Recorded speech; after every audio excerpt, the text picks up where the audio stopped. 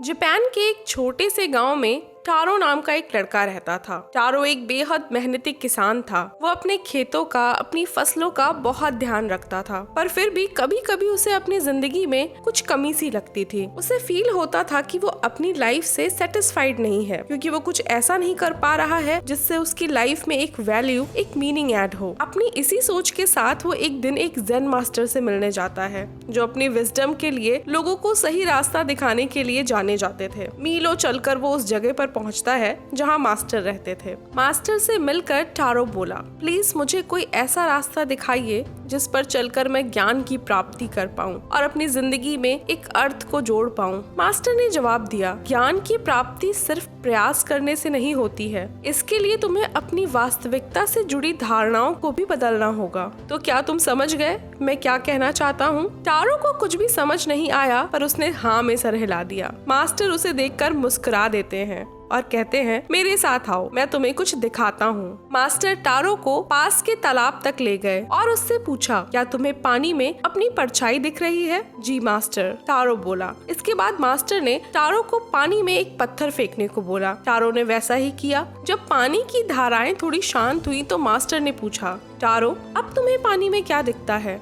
मुझे मेरी परछाई अभी भी दिख रही है मास्टर, पर पानी की हलचल की वजह से वो थोड़ी सी बिगड़ी हुई लग रही है। उसका जवाब सुनकर मास्टर बोले, तुम्हारा दिमाग भी इसी पानी की सतह के जैसा है। जब ये शांत रहता है तो तुम चीजों को क्लियरली देख सकते हो, पर जब यही अशांत हो जाए तो तुम्हारे देखने का नजरिया भी बिगड़ जाता है। और अगर तुम्हें जिंदगी में नॉलेज को, ज्ञान को पाना है तो ये बहुत जरूरी है कि तुम्हारा दिमाग शांत रहे, क्योंकि तभी तुम चीजों को उनके सही फॉर्म में देख पाओगे और समझ पाओगे।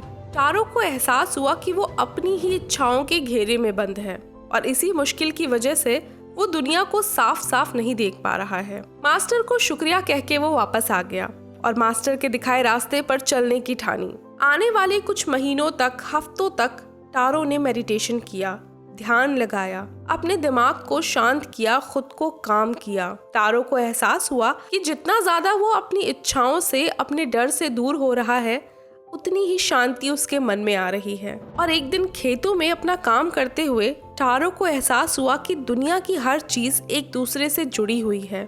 जैसे उसकी खुशियाँ, उसकी किए गए हर काम, उसके आसपास के लोगों पर, नेचर पर भी एक खास असर डालते हैं। टारो को दुनिया से, प्रकृति से एक अजीब सा कनेक्शन महसूस हुआ और फाइनली उसने जाना कि यही असली खुशी है, यही असली ज्ञान है। दोस्तों, जिंदगी में, हम सभी की जिंदगी में हमें कुछ लोगों से प्यार होता है, कुछ से नफरत भी हो जाती है, कुछ चीज़ों से हम डरते हैं और कुछ को पाने की ख्वाहिश दिल में रखते हैं। ये सारे इमोशंस, सारे थॉट्स हमारे दिमाग में हर पल एक हलचल पैदा करते हैं, जैसे उस पानी में हो रही थी पत्थर फेंकने पर। और इन्हीं हलचलों के चलते हम अक्सर अपनी रियलिटी से दूर हो जाते हैं। इसलिए बहुत ज़रूरी है कि हम इन इमोशंस को, इन थॉट्स को ज़्यादा देर तक पकड़ के ना रखें। इन्हें बस बहने दें, आने दें, जाने दें, पर अपने दिमाग में बसने ना दें। तभी आपके अंदर एक sense of compassion and interconnectedness develop हो पाएगा और आप दुनिया को एक बेहतर तरीके से देख पाएंगे।